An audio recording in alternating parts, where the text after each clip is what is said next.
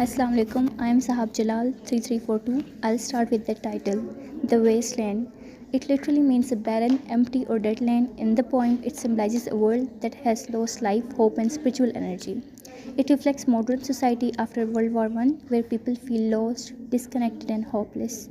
Jenny L. Weston was a scholar who studied old myths, especially the Fisher King and Holy Grail stories. She found that when the king is sick, the land becomes a wasteland, and when he is healed through rituals or quests, the land becomes fertile again.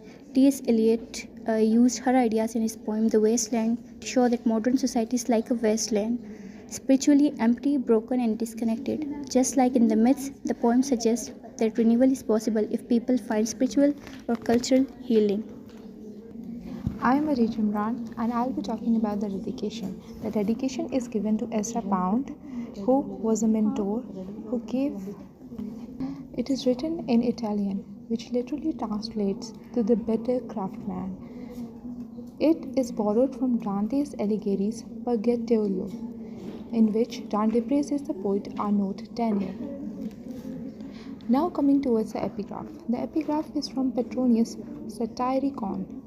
It is written in Italian, which literally translates to I saw with my own eyes the Sibyl of Cumae hanging in a jar, and when the boys asked her, Sibyl, what do you want? She replied, I want to die. The Sibyl of Cumae was a Greco Roman mythologic goddess who asked Apollo for eternal life, but she forgot to ask about eternal youth, which led to her immortality. But she became old and shriveled with time, and hence she was in a jar, which is ampulla, and she wanted to die. I am Simal Imran. I am going to tell you about the Anglican Book of Common Prayer. It is a book containing the authorized prayers, rites, and services used by churches in the Anglican community. In the poem, it represents the fading power of traditional Christian rituals in a spiritually barren modern world. Elite uses echoes of its languages to create a contrast between meaningful religious order and the chaos and fragmentation of post-war society. It helps to highlight collapse of faith and emptiness of the modern society.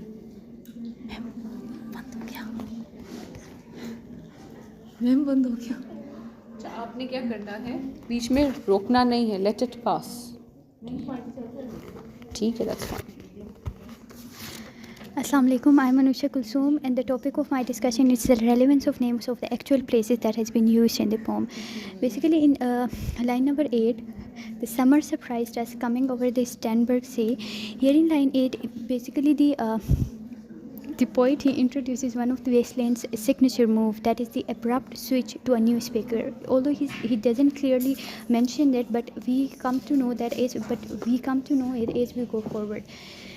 Basically, here Marie, the new speaker, she reflects back to her youth, her memories that include the sudden arrival of summer rain shower, where she drinks coffee with one of her cousin in Hofgarten, a public garden in Munich.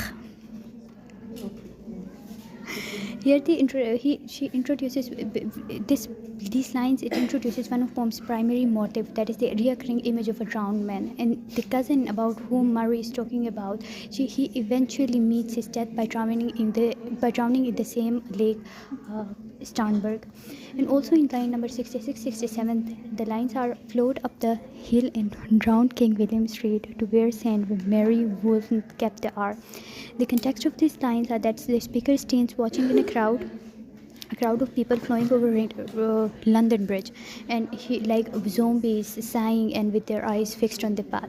Basically, in these lines, in these lines or this section, the poet is comparing living modern society to living hell, and all of these people on the bridge are the prime examples of the reality. In these lines, they reinforces the idea that the wasteland the poem implies is right here, right now, in the middle of London. St. Mary Woolnoth and King William Street are in fact real London. They are in fact the real London landmarks. St. Mary Woolnoth is actually a historic church near the Bank of England. England, and it literally keeps the hours with its clock striking time. In a church that marks the passing of time for office workers or the other people that are working they are working well, and they kept the hours. It carries the irony that instead of keeping holy hours, it now only keeps clock's time. That also reinforced the central theme of spiritual disconnectedness. Assalamu alaikum, this is Jannat and I will tell you about the Iliad's conversation with Countess Mary in first section from line 1 to 18. Actually, the conversation with Countess Mary at the beginning of the Wasteland might seem like a random memory, but it is actually a perfect introduction into the whole message, whole poem's message. On the surface, the speaker is just remembering a time he met a countess. She told him a story from her childhood, that she went on a sled riding with her cousin, who was a reckless prince. The memory ends with her insisting that I am not Russian, I am a pure German. But this simple story is packed with hidden meaning. First, it's a symbol of dying world. The countess and her cousin were part of the old European aristocracy, a world of king and queen that was already full of corruption and scandal before World War I even finished it off. By starting with her, Iliad shows us a civilization that is already crumbling. Second, the memory shows a failure of new life. The poem starts in spring, which is normally a time of growth and hope, but the characters find it unpleasant, and the story the countess tells is from winter. This shows they are stuck in the past and afraid of the future, unable to be renewed. This connects directly to the theme of the broken relationships. The sled ride with her cousin wasn't fun, it was frightening. This hints all the other failed and unhealthy relationship between the man and the woman, and that we will see in the rest of the poem. And finally, the conversation itself is broken. It is more of a monologue than a real conversation or chat, showing how people can't truly connect. And the countess' desperate claim about her nationality shows someone trying to hold on a clear identity in a world where everything is falling apart.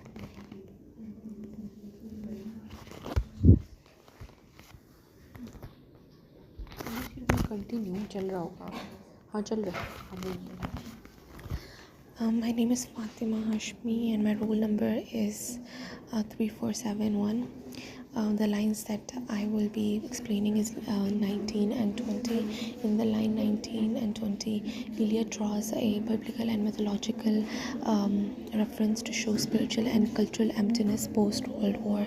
The reference, son of a man, recalls Ezekiel highlighting a prophetic view in a lifeless world, and while the imagery of roots and branches and stony rubbish evokes myths and fertility and myths of fertility and regeneration, also emphasizing the disconnection between the past and the future, present, and also the challenges of the rebirth and renewal.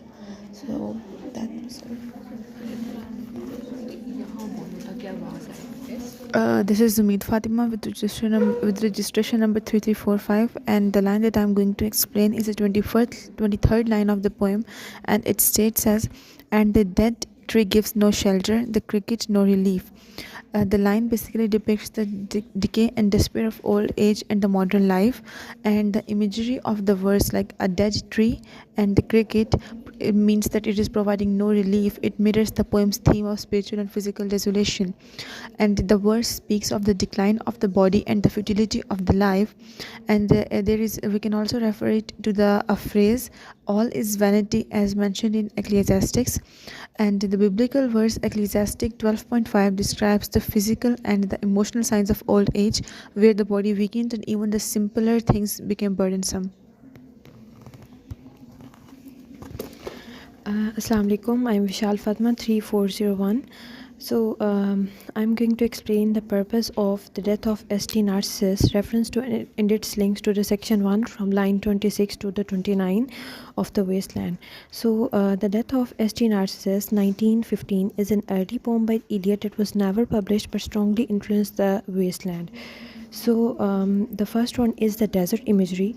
Both poems show the dry, barren landscape symbolizing the spiritual emptiness. The desert in the early poem becomes the handful of dust. In the line 26 to 29 of the Wasteland shows a world with no spiritual life or hope. Then the next point is failed spirituality.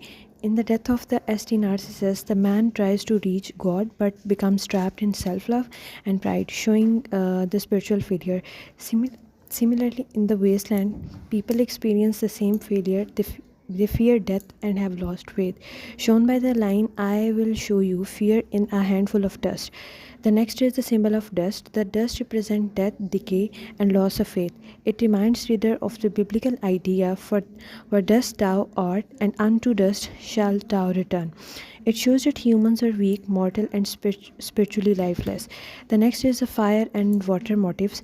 The death of St. Narcissus mentions raining flames, showing the pain and purification. Similarly, in the Wasteland, Eliot's use fire and water as a symbol of destruction, cleansing, and possible rebirth. So these line marks the point where the desert image and fear of the spiritual death become central. The handful of the dust show fear, emptiness, and the loss of the meaning in the modern life. So the overall message of the line 26 to the 29 shows the Eliot's ideas from his earlier poem to express that a modern world has become spiritually dry and morally lost. Both poems shows how humanity struggles to find faith, renewal, and hope in a lifeless, desert-like world.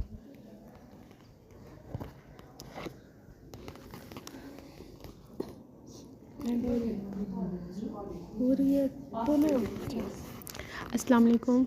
I am Suman Shakil. My registration number is 342. We have covered line 31 to 34 and also line 42. These are brought from German language. These lines are frisch wird der Wein, der Hamlet zu me Irish child who wird pure and old and leaders me. Translation: fresh flow the wine toward home, my Irish child. Where do you linger, desolate and empty in the sea? My name is Sidra Saeed, registration number 3341. I will explain these lines told by Saman Shakil.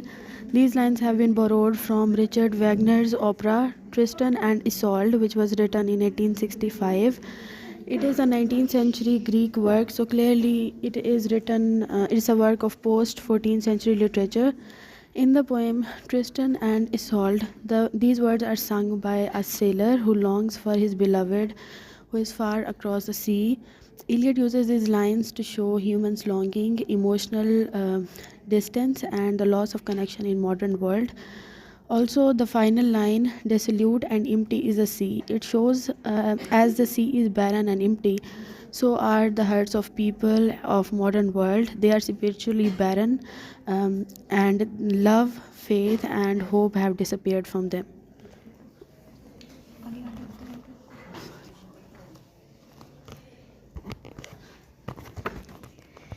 My name is Asma Altaf and my registration number is 3477. I'm going to present the reference Hyacinth, lover and victim of Apollo, which is connected to line 35 and 36 of the poem The Wasteland. And the lines are: "You gave me Hyacinth first a year ago. They called me the Hyacinth girl." These lines appear in part 1, The Burial of the Dead. So the hyacinth is basically a mythological reference. The hyacinth alludes to Hyacinthus, a beautiful youth in Greek mythology who was loved by the god Apollo. Apollo and Hyacinthus were playing with the dice when Hyacinthus was struck and killed, either accidentally or through jealousy from Zephyrus, the west wind. From Hyacinthus spilled blood, Apollo caused a flower, the hyacinth, to grow, a symbol of beauty, loss, and rebirth through suffering. So basically, the hyacinthus is a lover, beloved of god Apollo, which is the symbol of light, art, and reason. And victim basically showed that he was killed by that lover and transformed into a flower, which is a symbol of beauty, burn of death. Assalamu alaikum. I am Parvasha bint Rafiq, with registration number 3431. I am going to explain the reference of Aldous Huxley, Chrome Yellow, which are from the lines 43 to 45. Eliot references Huxley's Chrome Yellow in The Wasteland to highlight the spiritual and cultural emptiness of modern society. Just as Huxley satirizes the idle, superficial, and self-absorbed upper classes, Eliot uses this allusion to show that post-war Europe is like stony rubbish, barren and infertile, which means producing no meaningful growth. Basically, this reference emphasizes the decay of values, shallow intellectualism, and triviality of contemporary life, reinforcing the poem's theme of cultural disillusionment and the difficulty of finding hope or regeneration in a spiritually desolate world. Assalamu alaikum. My name is Faryal Hayat, registration number 3412. So here I am describing the lines 46 to 55. In The Wasteland, Eliot's allude to the Tempest written by Shakespeare, Act 1st, Scene 2nd, to evoke themes of exile, chaos, and the restorative power of art. In The Tempest, there is a character, Prosperos, who controls the storm over who control over the storm by magic. His isolation on the island and his direction of exile and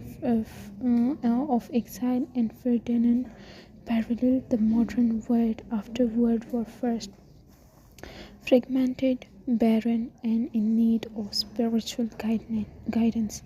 By referencing Shakespeare, Eliot positions poetry as a form of magic capable of bringing order, insight, and a renewal to a wasteland of human experiences.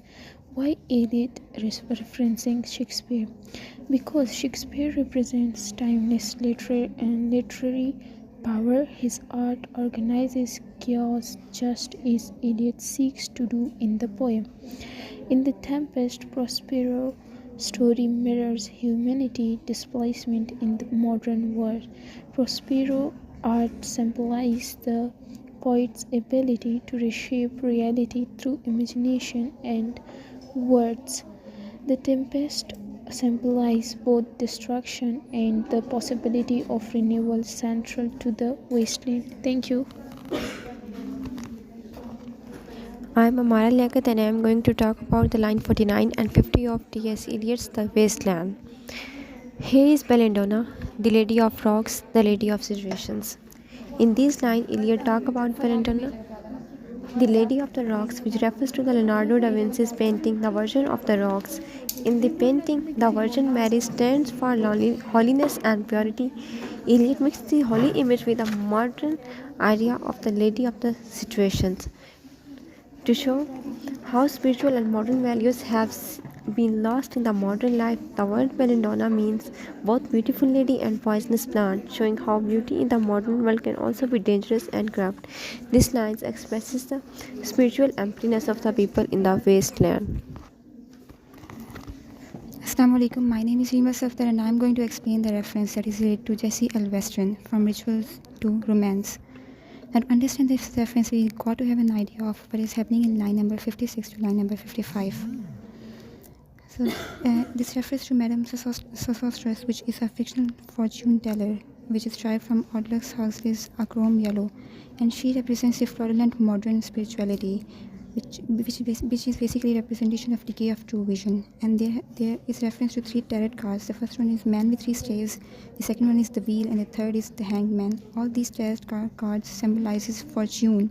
The first one refers to seeker's quest for meaning. The third one represents the Wheel of Fortune, which predicts the inevitable, which is a cycle of decay. And the third one represents the sacrifice. It ends on the vision of fear death by water, which foreshadows the Phoebus the Phoenicians drawing. Now the 3 tarot cards, which represents the depiction of fortune that ends on a vision of death, which is represented by water. Now what Jessie L. Western did was that she revolutionizes the traditional prediction of fortune, which is via tarot cards, and she says she connected tarot cards to fertility rituals, and she says that instead of predicting the fortune, they are used to predict and forecast the rise and fall of waters. Thank you.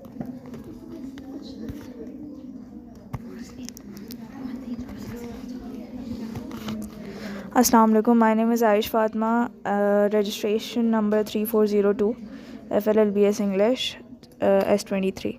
So I was assigned line number 60 and line number 76 with reference to Charles Baudelaire, who is basically a French poet. And these two lines refer to two of his poems, which are taken from Les Fleurs de Mal, which translates to Flowers of Evil, which is a poem collection by him. So line number 60 is basically Unreal City, and this refers to his work, Baudelaire's poem, Les Sept Vieillards. I don't know the correct pronunciation, but it translates to the Seven Old Men. And this poem basically is about Paris, and it is describing the nightmarish landscape that Paris has. It has a decadent, overwrought paradise of science. It's heavy on technology, and there's not very much culture. So basically, the death of culture. So the vision that Baudelaire has of a modern city in The Seven Old Men is taken by Eliot, and Eliot depicts a modern metropolis where people move like ghosts or mechanical beings through Baudelaire's work. So both of the poets, Eliot is basically showing a reflection through Baudelaire's work of how a modern city landscape is. And then line number 76 it is also partly in French. You hypocrite, lecture, mons, I do not know how to pronounce it. You might as well check the line itself. So in this line, Eliot is yet again referring to Baudelaire's poem, which is To the Reader, and it is also from the same collection. So he has taken the complete line that the poem ends with and has placed it at the end of the section 1 of his Wasteland.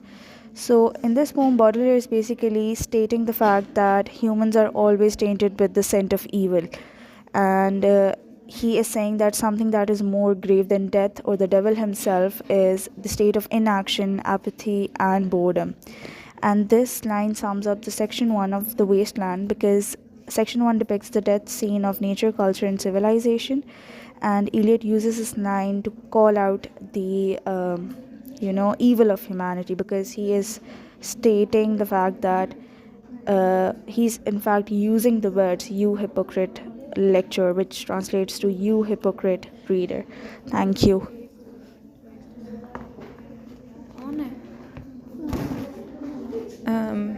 It's me, Tamsila Khan, and my lines are 67 and 66 and 67.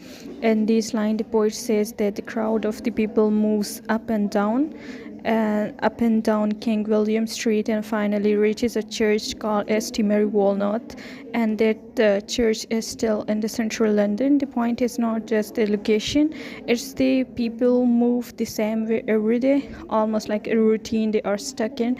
The church clocks ring with the mark the time, but nobody seems to care. They just keep walking with their heads down. It makes the city feel like lifeless, and like everyone is live on the outside but dead on the inside.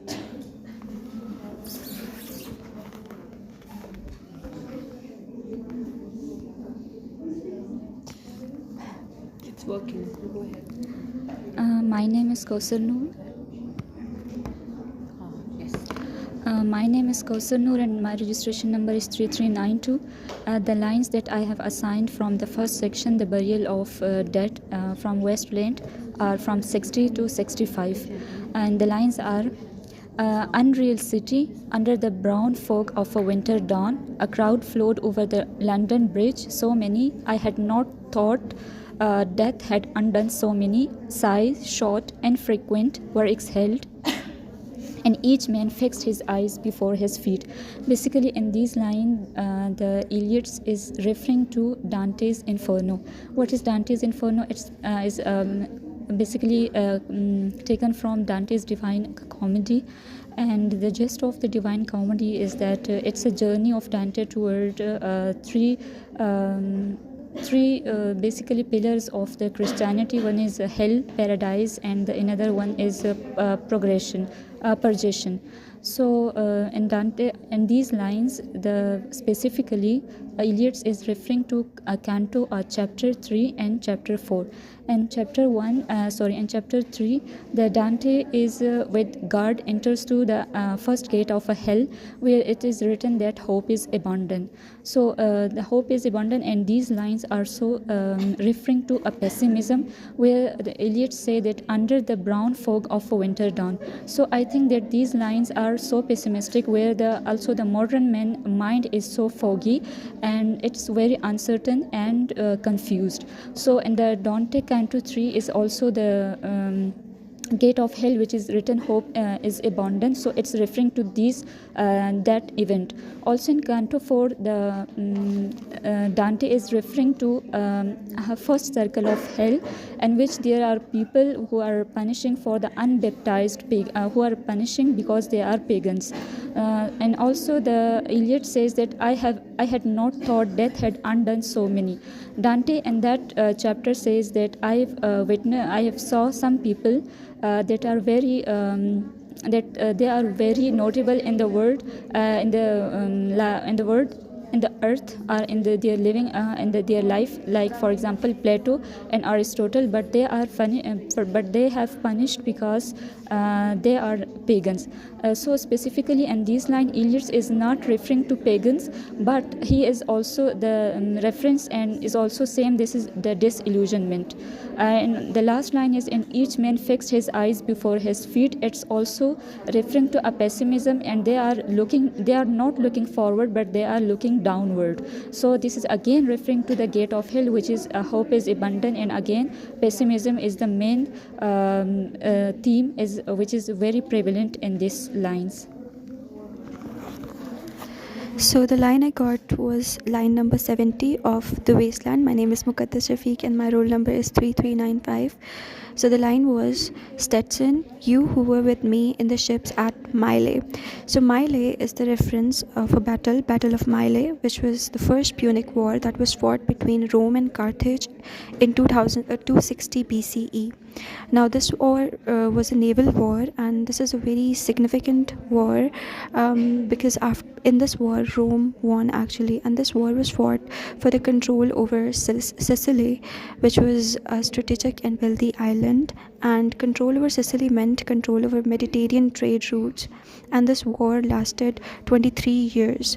So when Iliad mentioned this reference, he says that Stetson, you were with me in the ships at Mylae. So he is imagining a person who was at that war, and now he is with Iliad in this war, in this era of war, the World War I.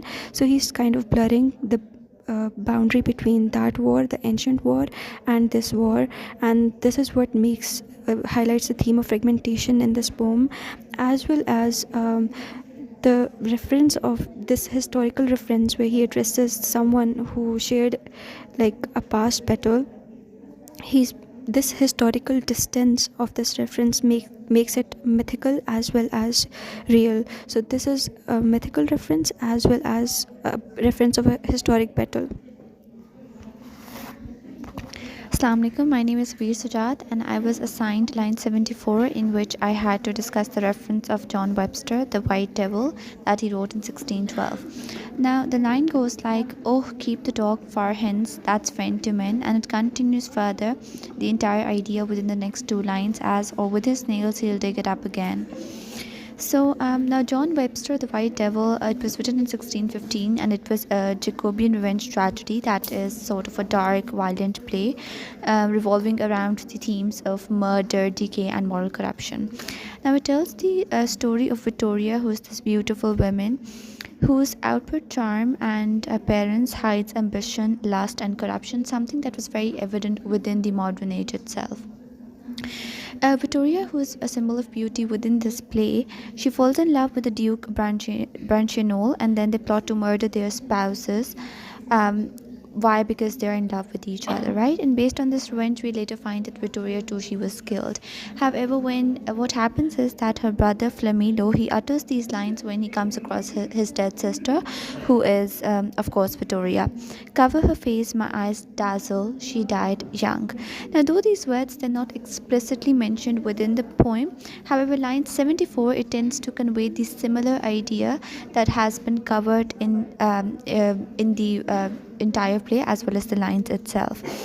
Now, it kind of highlights that by alluding to the White Devil, T.S. Eliot, he suggests that in the modern era, the beauty and purity, they were just superficial concepts, right? And inside there was lust, moral, and corruption.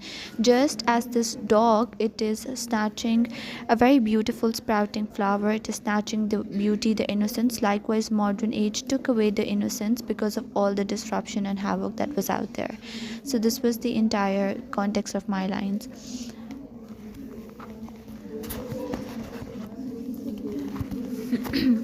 My name is Yusra Andilip, and the lines which are assigned to us are from 77 to 89.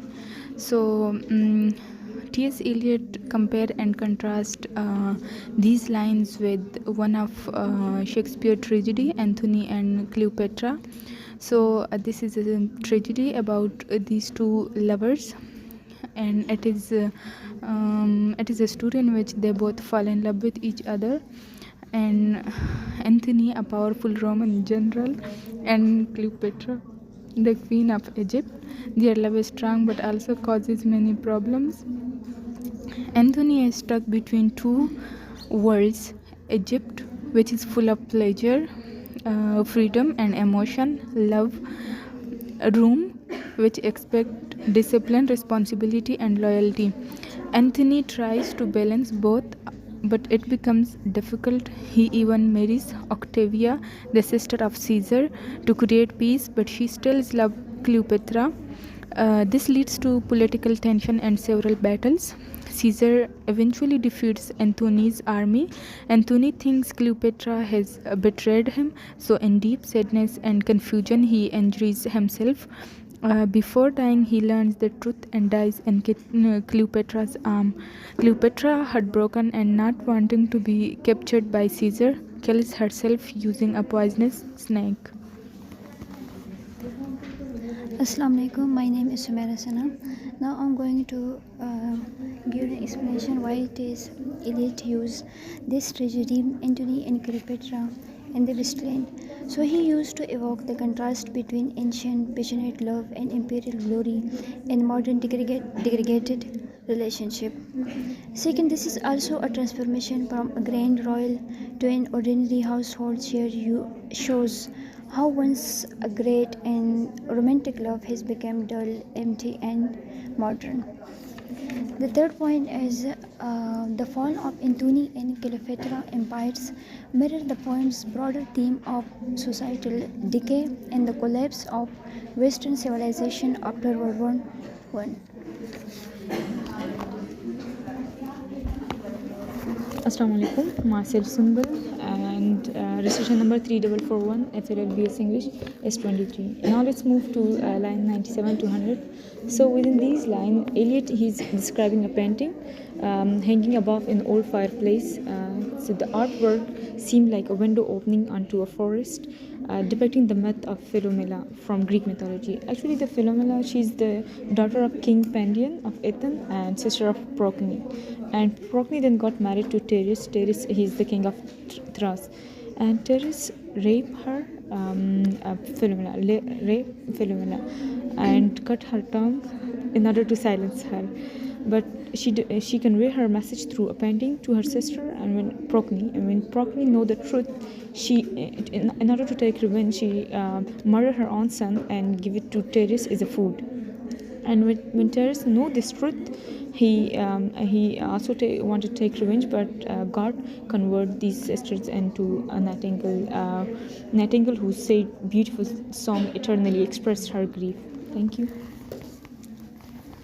Assalamu alaikum, my name is Muqaddas Yad. In this line, poet also refers Paradise Lost, where Milton described the Garden of Eden as a heaven scene, a beautiful green forest full of life. But Eliot uses this image ironically. In the waistline, the silent scene is not real nature, it's just a picture hanging above a mantle, only an imitation of beauty. The antique mantle suggests an old piece of decoration in the window is only as through it looked upon something living and beautiful. It's not a real view into a nature or paradise, it's just an image, perhaps a painting or held in memory. Assalamu alaikum, my name is Shifa Liaquat and I will explain the reference used in line number 92, flung their smoke into the liqueria.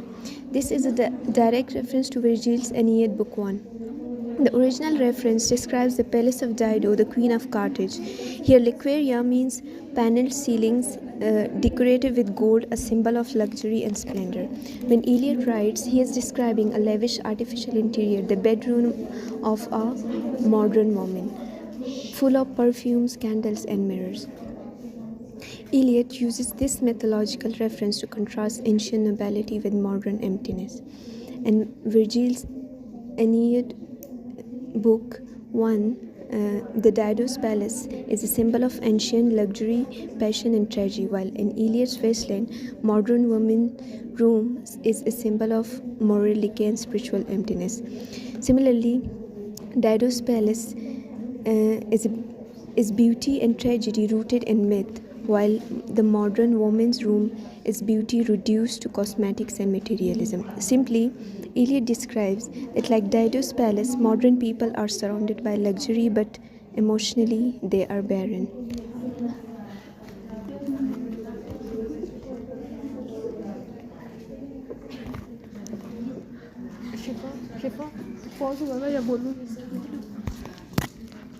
Assalamu alaikum, my name is Samia Meher, roll number 3445.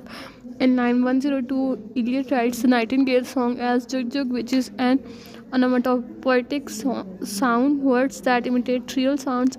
This is not random. Eliot is following the long Elizabethan poetic tradition of Elizabethan and Jacobean plays and poetry like Thomas Middleton's Woman Beware Woman, which Eliot references in his section titled The Nightingale's Jug Jug, often symbolized violated innocence, recalling the story of Philomela from Ovid's Metamorphoses, who was raped and silenced. Line 103, and other withered stumps of time continues this idea. Here, Eliot refers to fragmented old stories and legends like Philomela's that are now decayed or disconnected. They exist only as faint echoes of the past stumps rather than living, vibrant stories. Line 104 continues the image. These stories are told upon the walls as silent, staring forms, emphasizing their emptiness in the modern world. So, by placing the Elizabethan Nightingale's Jug Jug before the withered stumps, Eliot shows that ancient myths of suffering and violation still exist, but in our modern sterile world, they have lost their vitality. They are just broken remnants of time. Assalamu alaikum, my name is Asra Nusrat, roll number 3371, and I'm going to explain the line 139. I did not mince my word, I said to her myself. Context in the poem, this line is spoken by one of the working class women in a pub. She is speaking to her friend who is about to see her husband Albert returning from World War I. The line is part of dialogue showing ordinary everyday speech, very direct and unpolished.